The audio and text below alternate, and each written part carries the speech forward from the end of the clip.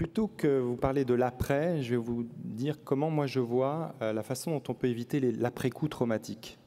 Plutôt comment on peut éviter de laisser s'installer l'effroi.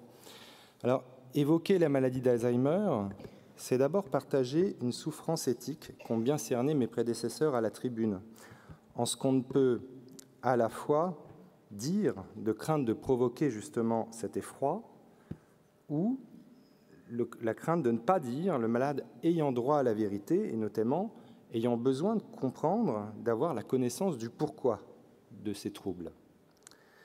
Comment se frayer donc un chemin annonciateur d'un accompagnement de qualité lorsque ce qui est aperçu des troubles renvoie à une catastrophe identitaire? Je propose cette formulation de cette problématique. Chemin annonciateur d'un accompagnement, l'annonce diagnostique a pourtant parfois mauvaise presse. Ainsi, Roger Gilles écarte l'idée d'annonce en tant que telle au profit d'une énonciation. Selon lui, l'accompagnement, en effet, substitue à la violence de l'annonce la nuance de l'énonciation, car elle privilégie l'écoute. Il n'est pas mauvais en soi que l'écoute soit privilégiée. Le psychiatre que je suis aurait mauvaise grâce à l'ignorer. Mais peut-on ignorer en retour ce que Pierre-Marie Charazac énonce avec à propos, à savoir qu'annoncer une maladie d'Alzheimer, c'est annoncer l'inconnu.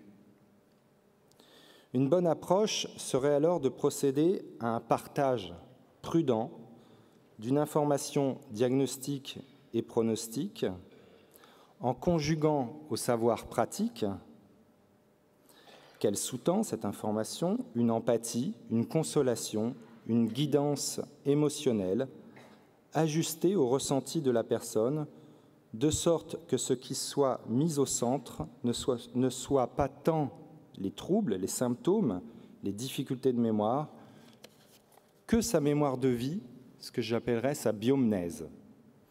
Celle-ci, selon Pélissier, est une émotion intellectualisée, en lien avec le parcours de vie, car l'homme est en son fond un être biographique.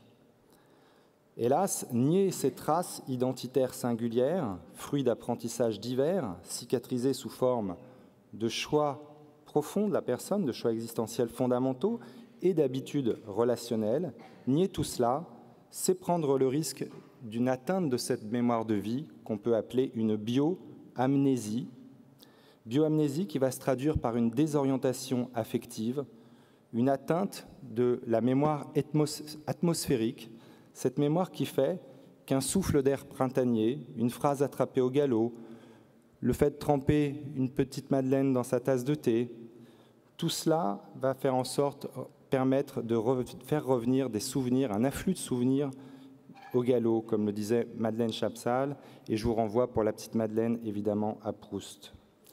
Lorsque l'annonce méconnaît la biomnèse, la mémoire de vie, c'est véritablement une déperdition atmosphérique, source d'effroi, qui peut saisir tant le malade que son aidant.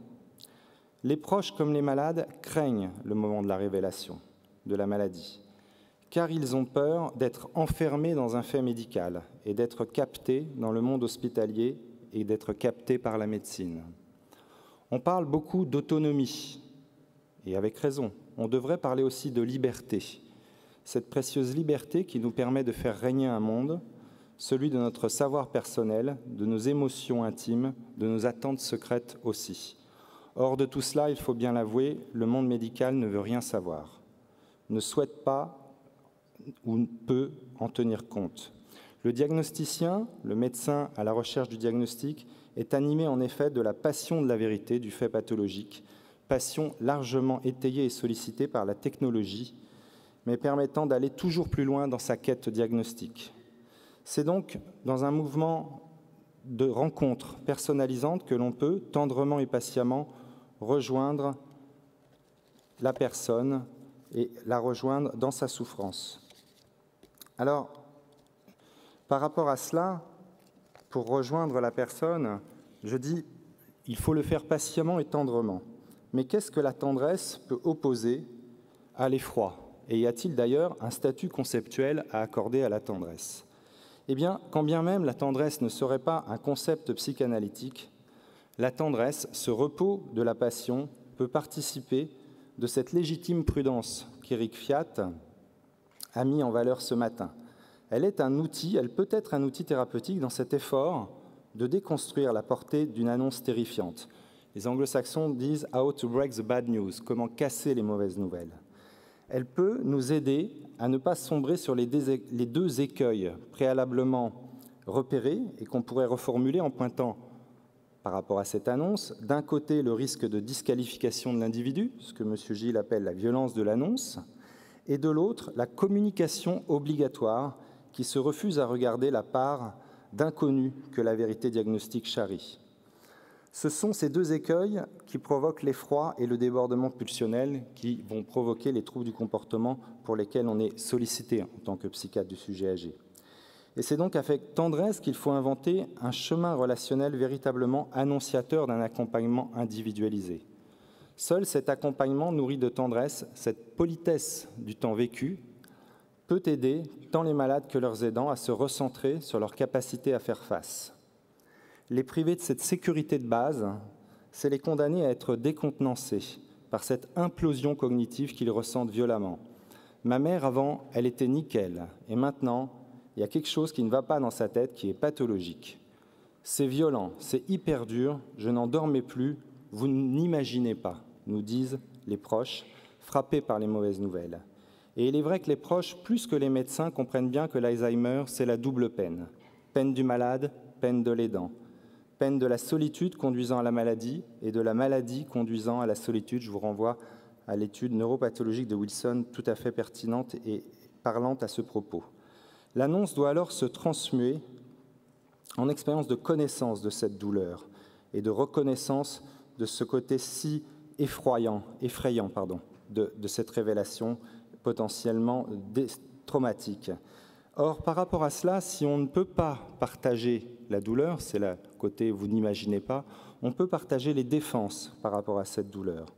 Et donc, aider le patient et sa famille, lors d'entretiens structurés, à un accompagnement de qualité. En conclusion, l'entretien d'annonce juste ne doit pas être juste un entretien.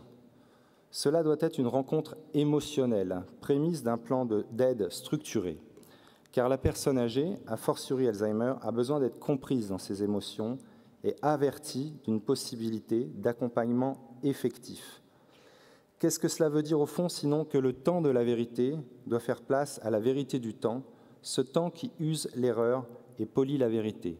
C'est sur ce chemin de reconnaissance de leur mémoire de vie que les malades nous convient à les rejoindre. Je vous remercie.